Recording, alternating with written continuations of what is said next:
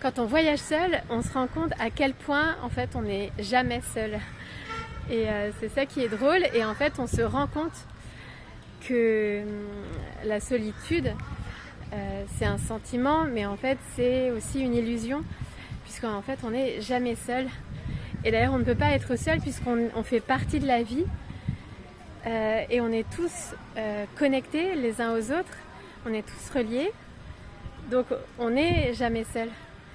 Et en voyage, on s'en rend d'autant plus compte. Là, ce midi, j'allais manger à un resto végétarien que je connais, j'y suis déjà allée une fois. Et arrivé devant, en fait, on m'a dit qu'il ne servait qu'un plat. Et en fait, il y avait deux jeunes Israéliens qui étaient là, en fait, on est arrivés en même temps. Donc, je leur ai recommandé une adresse et on est allés manger ensemble.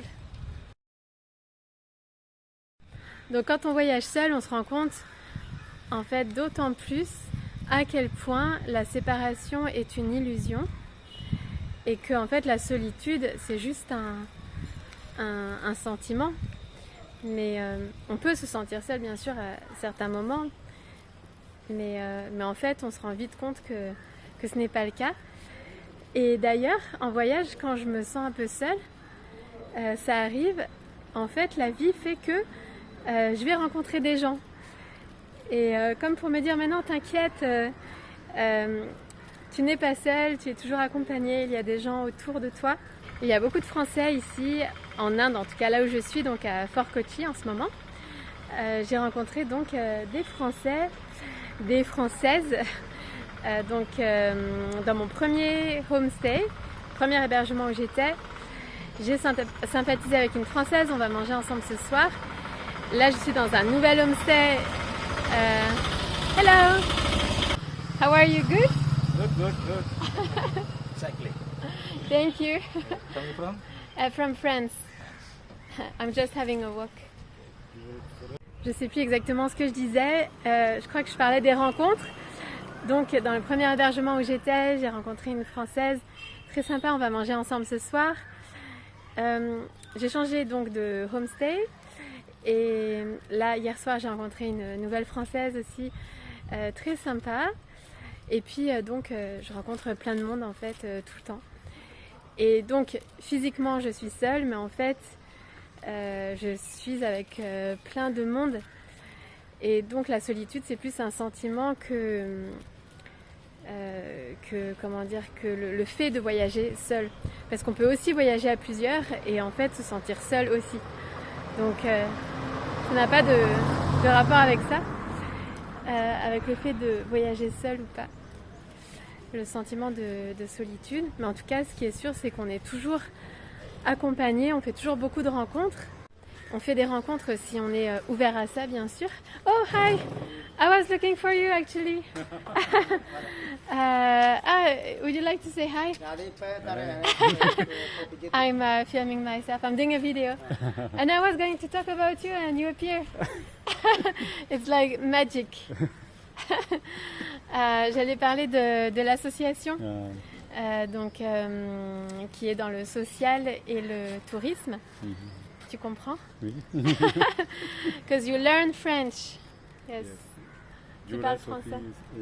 Là-bas. Oh, yeah, that's true. I can go there? Oui. Ah, okay, I'm going to go there then. Okay, meet you after? À tout à l'heure. Ok, à tout à l'heure.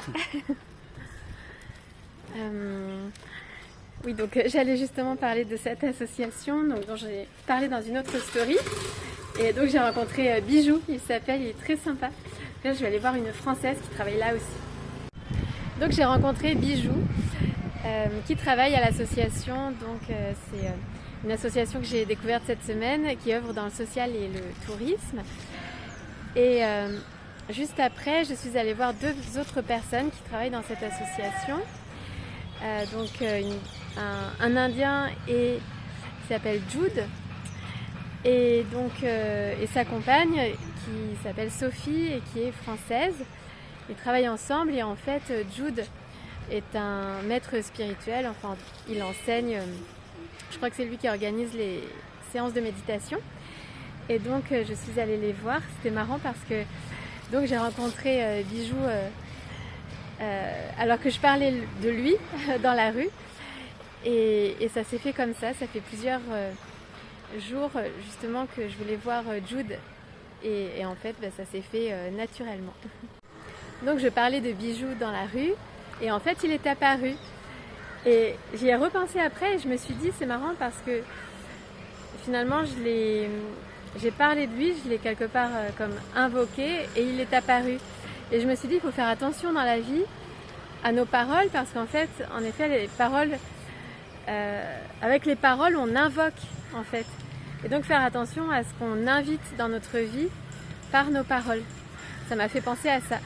Et sinon je suis restée environ 1 heure avec Jude et l'idée forte dont on a parlé en fait c'était le rythme de la vie, qu'il y a un timing pour tout et que parfois en fait le mental veut contrôler les choses alors qu'en fait la vie a son propre flow et timing et que les choses apparaissent au moment opportun. Et il m'a dit qu'il croyait beaucoup en ça, le rythme de la vie. Suivre le flow de la vie, le rythme de la vie. Par exemple, là, je suis en Inde, j'ai un visa d'1 an, mais après 3 mois, il faut sortir du pays. Et c'est vrai que le mental, tout de suite, se projette.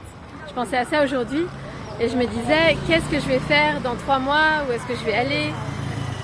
Et en fait, ça ne sert à rien parce que en fait, ça se produira quand ce sera le moment. Je saurai où aller quand ce sera le moment. Donc quand on a conscience de tout ça, qu'on est tous connectés, qu'on fait tous partie finalement de la même énergie de vie, forcément on ne se sent pas séparés les uns des autres et donc beaucoup moins seuls et on sait que les choses donc arrivent au bon moment et ça donne beaucoup de confiance dans la vie parce qu'on sait qu'on est soutenu par la vie en fait à chaque instant et on se sent beaucoup plus serein. Et plus en fait on a cette conscience dans la vie de tous les jours, plus on l'observe et plus ça renforce en fait cette vision des choses et cette confiance.